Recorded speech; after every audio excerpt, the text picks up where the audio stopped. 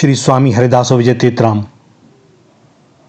आज संक्षिप्त चर्चा महाभारत के एक प्रसंग पर, क्योंकि इन्हीं शास्त्रों पुराणों की बातें और उनका अर्थ जो उनमें निहित है हमारे भीतर नहीं उतर पाता।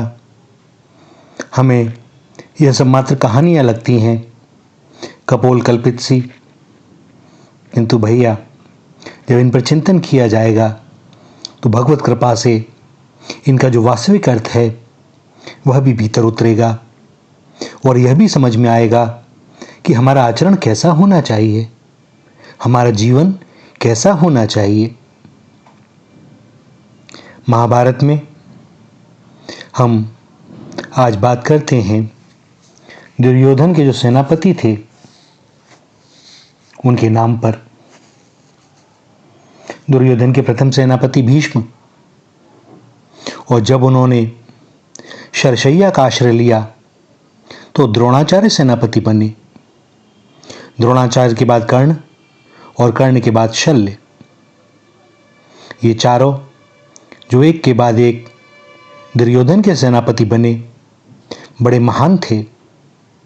बाल ब्रह्मचारी भीष्म, महान तपस्वी शस्त्रविद द्रोणाचार्य, महान दानी कर्ण और महान पुण्याभिमानी शल्य।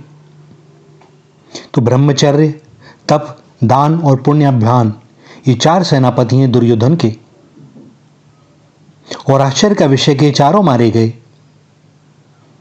ऐसा क्यों भैया? दुर्योधन का साथ देते समय इन चारों सेनापतियों को विचार करना था कि हम किसका साथ दे रहे हैं।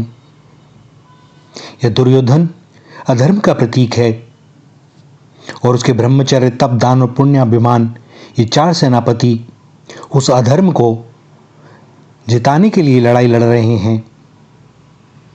यह चिंतन का विषय है कि ब्रह्मचर्य, तप, दान और पुण्याभिमान का संरक्षण प्राप्त करने से अधर्म अमर हो जाएगा अथवा अधर्म का साथ देने के कारण ब्रह्मचर्य, तप, दान और पुण्याभिमान मारे जाएंगे। दुर्योधन तो पहले तर्क को मानता था। उसका विचार था कि अधर्म का संरक्षण पाकर वह अमर हो जाएगा। भीष्म को वरदान था कि वे जब चाहेंगे तभी मरेंगे, इच्छा मृत्यु का वरदान। और इसलिए दुर्योधन ने चिंतन किया कि हमारे सेनापति उनसे अच्छे और कौन हो सकता है जो इच्छा मृत्यु को प्राप्त हैं, जो किसी मारने से मरेंगे नहीं। और द्रोणाचार्य कैसे? कि वे मृत्यु को तब प्राप्त करेंगे जब शस्त्र का त्याग कर देंगे। और शस्त्र का त्याग वे कब करेंगे?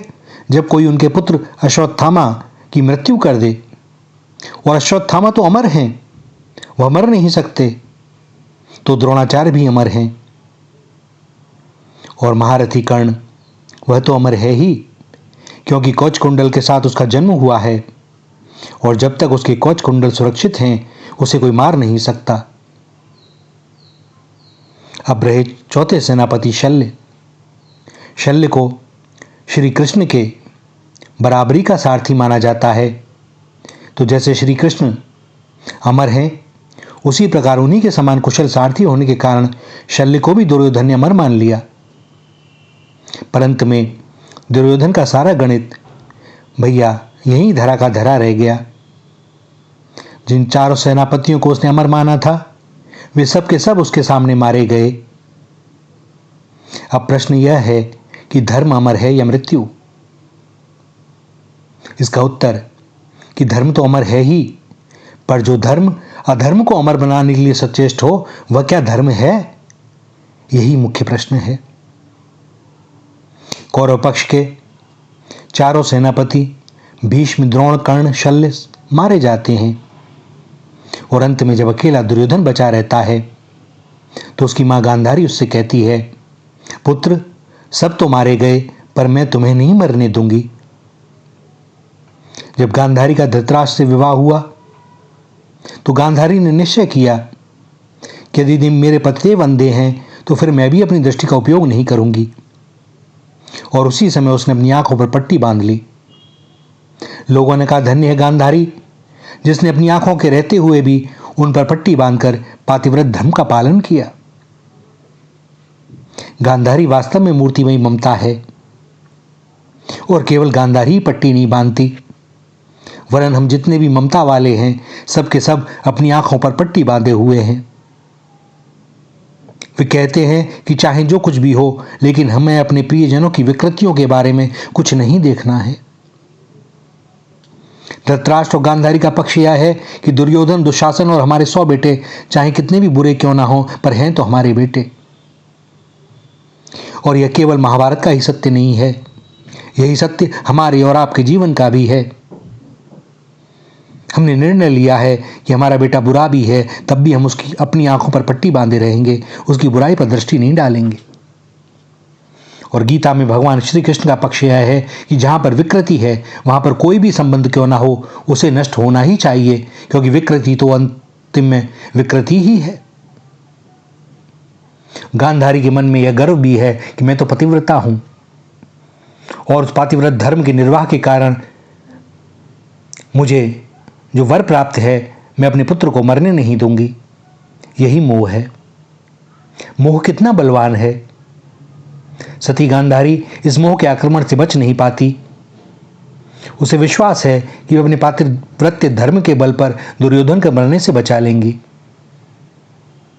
और गांधारी अपने धर्म के द्वारा यही करना चाहती हैं जो संसार में कभी नहीं हुआ। वे दुर्योधन से कहती हैं कि बेटा, तू निर्वस्त्र होकर मेरे सामने आ जा, मैं अपनी आंखों से पट्टी खोलकर तुझे अमर बना दूंगी। शोकमग्न दुर्योधन माता गांधारी से यह सुनकर आनंद में डूब गया। किंतु जब यह समाचार पांडवों के खेमे में पहुंचा तो वे मायूस हो गए। वे चिंतन करने लगे कि जब गांधारी जैसी पतिव्रता ने ऐसा व्रत ले लिया तो अब क्या होगा। किंतु भगवान श्री कृष्ण बैठे बैठे मुस्कुरा रहे थे और उन्होंने कहा कि अगर दुर्योधन निर्वस्त्र होना जानता होता और गांधारी आंखों की पट्टी खोलना जानती होती तो यह अनर्थ होता ही क्यों। दुर्योधन नग्न होना नहीं जानता, वह तो दूसरों को नग्न करना जानता है। उसने द्रौपदी को नग्न करने की चेष्टा की और इसी के कारण महाभारत का युद्ध हो रहा है।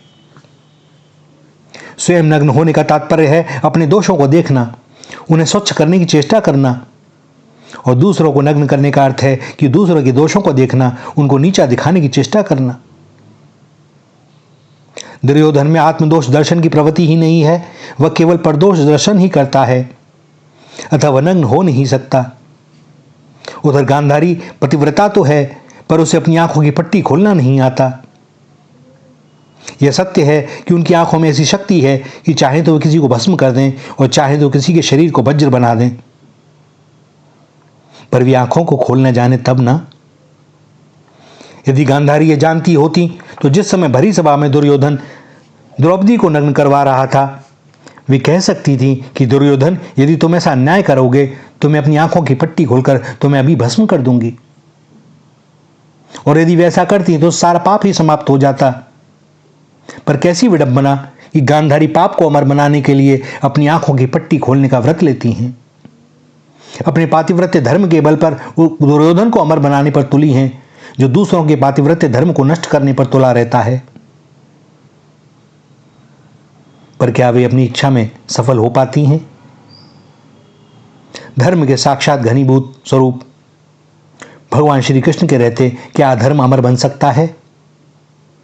विजय तो धर्म की ही होनी थी और होती भी है। महाभारत यह घोषणा करता है, यह तो धर्म स्थितो जय।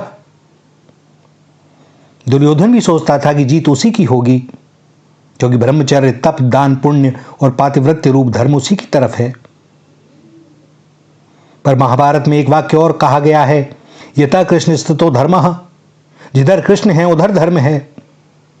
इसका अर्थ यह है कि जिधर कृष्ण उधर धर्म और जिधर धर्म उधर विजय। परंतु यहां तो विजय कौरव पक्ष की दिखलाई पड़ रही है। दुर्योधन नग्न होकर अपनी माता गांधारी के पास अमर होने के लिए जा रहा है। किंवदंती है कि भगवान श्री कृष्ण की प्रेरणा से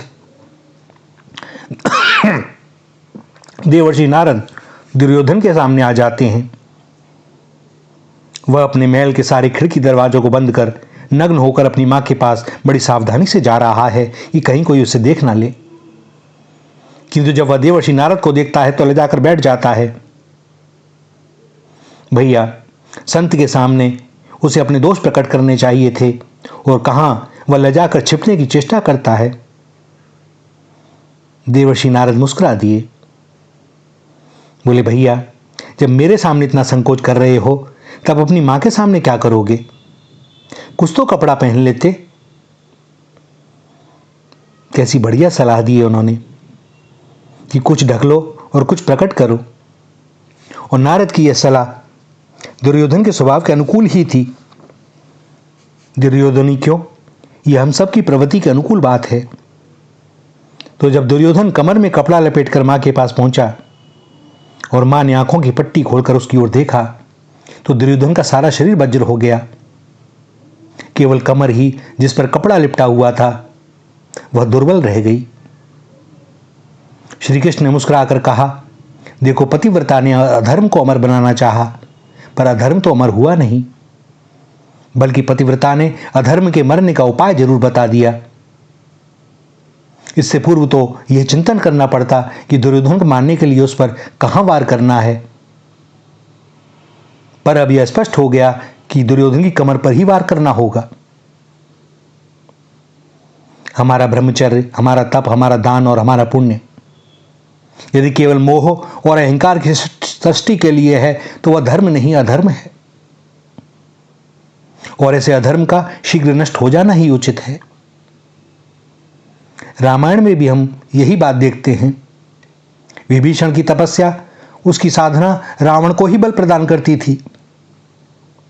जब तक विभीषण ने लंका को त्याग कर रावण और कुंभकर्ण से नाता तोड़कर श्री हनुमान जी के साथ अपना नाता नहीं जोड़ लिया और श्री राम जी की शरण में नहीं आ गया, तब तक उनका धर्म अधर्म को ही पुष्ट कर रहा था। धर्म की कसौटी यह है कि जीवन में वैराग्य आना चाहिए।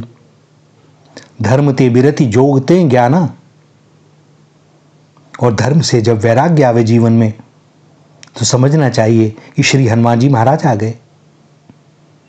और यदि धर्म करते करते मोह और अहंकार हमारे जीवन में प्रवेश करता है तब समझ लेना चाहिए कि यह धर्म नहीं है, घोर अधर्म है।